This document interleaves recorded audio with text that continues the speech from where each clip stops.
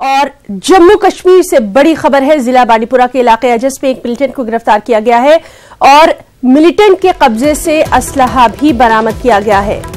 आपको बताएं कि जिला बांडीपुरा के इलाके अजस में एक मिलिटेंट को गिरफ्तार किया गया है, जिसके कब्जे से असलहा भी बरामद किया गया है। मजीद जो तफसीलात हैं उन पर भी हमारी नजर बनी हुई है। जम्मू कश्मीर से अहम खबर, बांडीपुरा के अजस इलाके से मिलिटेंट को गिरफ्तार किया गया। न सिर्फ इसकी गिरफ्तारी हुई बल्कि इसके कब्जे से भारी असलहा भी जब्त किया गया।